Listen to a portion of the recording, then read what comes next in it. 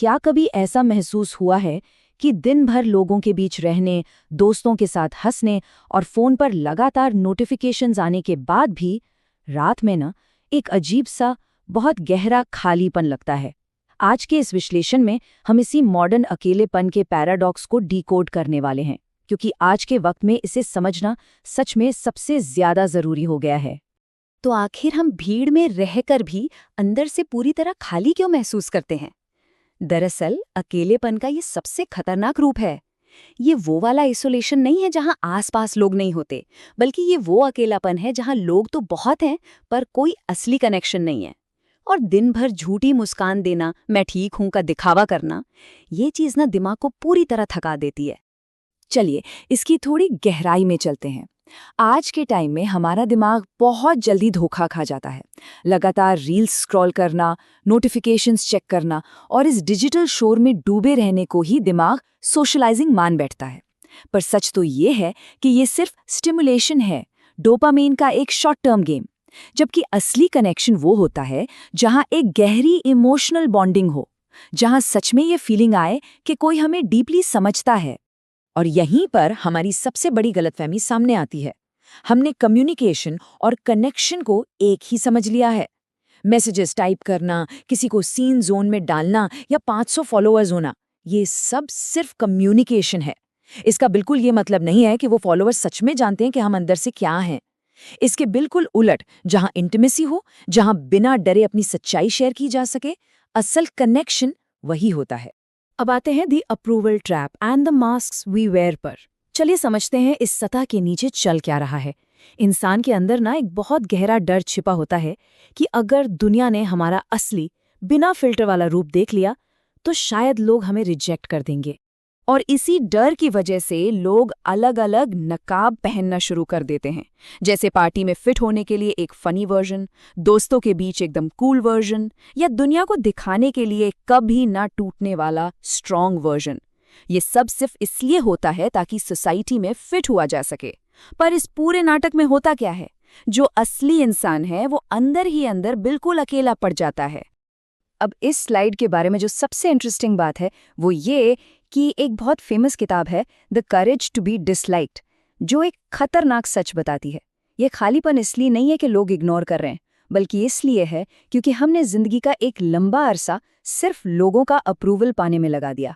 ये एम्प्टीनेस इसलिए फील होती है क्योंकि लोग उस फेक नकाब से जुड़ रहे हैं, उस असली इंसान से नहीं। महान साइकोलॉजिस्ट कार्ल जंग ने इस पर एक बहुत ही गहरी बात कही थी। उन्होंने कहा था कि अकेलेपन का एहसास आसपास लोगों के न होने से नहीं आता, बल्कि उन बातों को न कह पाने से आता है जो सबसे ज्यादा मायने रखती हैं। मतलब क्लियर है, सच्चा अकेलापन फिजिकली अकेले होना नहीं है, बल्कि अपनी असली फीलिंग्स को छुपाने का जो भारी बोझ है ना, वो अकेलेपन की असली वजह है। तो अब बढ़ते हैं इमोशनल डिफेंस मैकेनिज्म्स की तरफ। अब हम उस गहराई में उतरेंगे और समझेंगे कि आखिर क्यों इतने सारे लोग इमोशनली करीब आने से इतना घबराते हैं। ये कोई इत्तेफाक नहीं है, इसके पीछे एक बहुत ही स्ट्रॉन्ग साइकोलॉजी काम कर रही है। और अटैच्ड बुक का एक कॉन्सेप्ट इस चीज को बहुत खूबसूरती से दर्शाता है, जिसे कहते हैं सबकॉन्शियस गार्डिंग। ये हमारे दिमाग के अंदर बैठा एक गहरा छिपा हुआ विश्वास है कि अगर हम इमोशनली खुले तो डेफिनेटली हमें चोट पहुंचेगी। इस दर्द से बचने के लिए दिमाग अपना एक डिफेंस मैकेनिज्म बना लेता है। तो भले ही हम कितने भी भरे हुए कमरे में क्यों ना हो, हमारी इमोशंस हमेशा एक सेफ डिस्टेंस पर छिपी रहती हैं। चलिए आगे बढ़ते हैं और देखते हैं कि ये बनता कैसे है। ये छिपना अचानक शुरू नहीं होता। इसकी शुरुआत बचपन से होती है, जब बड़ों से या दोस्तों से बार बार जजमेंट्स झेलना पड़ता है। फिर आती है टीनेज, जब हमारी सच्ची फीलिंग्स को सिर्फ ओवर रिएक्टिंग बोलकर टाल दिया जाता है। और फाइनल स्टेज एडल्टहुड, जहां दिमाग इमोशंस को पूरी तरह लॉक कर देता है। ये एक सर्वाइवल पैटर्न बन जाता है ताकि दुनिया को हमेशा स्ट्रॉन्ग दिख सके।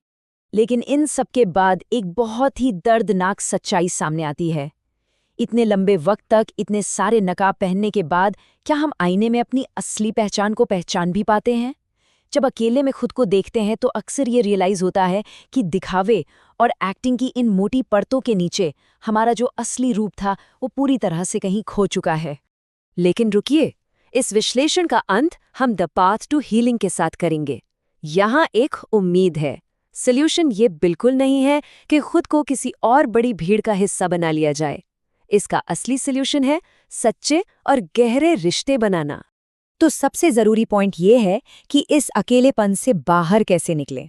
इसका पहला कदम है कम से कम एक ऐसा सेफ इंसान ढूंढना जिसके सामने कोई मास्क ना पहनना पड़े, जहां एकदम सच्ची और खुली बात हो सके।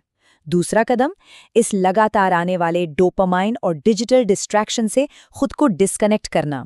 और तीसरा कदम, बिल्कुल शांति में बैठना ताकि खुद से दोबारा मिला जा सके।